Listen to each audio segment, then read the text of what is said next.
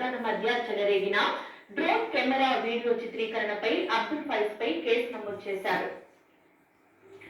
బంగారపల్లి పట్టణంలో ఈ నెల 15న టీడీపీ వైసీపీ వర్గాల మధ్య డ్రోన్ కెమెరా వీడియో చిత్రీకరణపై పోలీసులు ప్రత్యేక దృష్టి పెట్టారు. ఈ వివాదంలో మాజీ ఎమ్మెల్యే కాటసాని రామిరెడ్డి అనుచరుడైన అబ్దుల్ ఫైజ్ పై పోలీసులు కేసు నమోదు చేశారు. అబ్దుల్ ఫైజ్ పై ఎస్సీ, ఎస్టీ హత్యాయత్నం కేసు నమోదు చేశారు.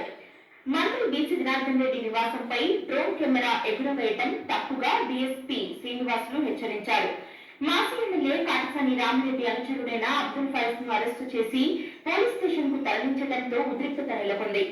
ఎటువంటి అవాంఛనీయ సంఘటన చోటు చేసుకోకుండా భారీ పోలీస్ బందోబస్తు ఏర్పాటు చేశారు. మాజీ ఎమ్మెల్యే కాటసాని రామిరెడ్డి తన అనుచరులతో కలిసి పోలీస్ స్టేషన్ వద్ద నిరసన తెలియజేయడానికి ప్రయత్నించగా పోలీసులు అడ్డుకున్నారు. అబ్దుల్ ఫైజ్ పై 3 కేసులు వేర్వేరుగా నమోదు చేశారు. ఈ డ్రోన్ కెమెరా ఘటనపై పూర్తి స్థాయిలో దర్యాప్తు చేస్తున్నట్లు డీఎస్పీ శ్రీనివాసులు తెలిపారు.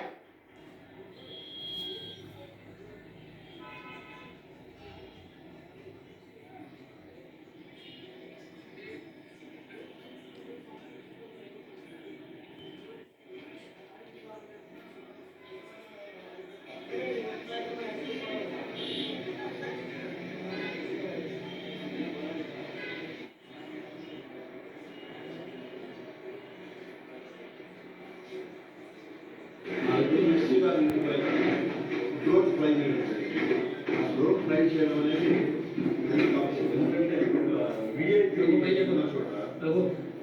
చాలా సెక్యూరిటీ ఉంటుంది. ఎందుకంటే నక్సల్ పాయింట్ ఆఫ్ వ్యూ కావచ్చు, టెర్రరిస్ట్ పాయింట్ ఆఫ్ వ్యూ కావచ్చు, హై సెక్యూరిటీ జోన్ ఉంది. ఆ ఏరియాలో ఈ డ్రోన్ ఫ్లై చేయడం అనేది తప్పు. అందులో భాగంగా ఎందుకు ఫ్లై చేశారనేది ఈ మినిస్టర్ గారు కంప్లైంట్ చేశారు.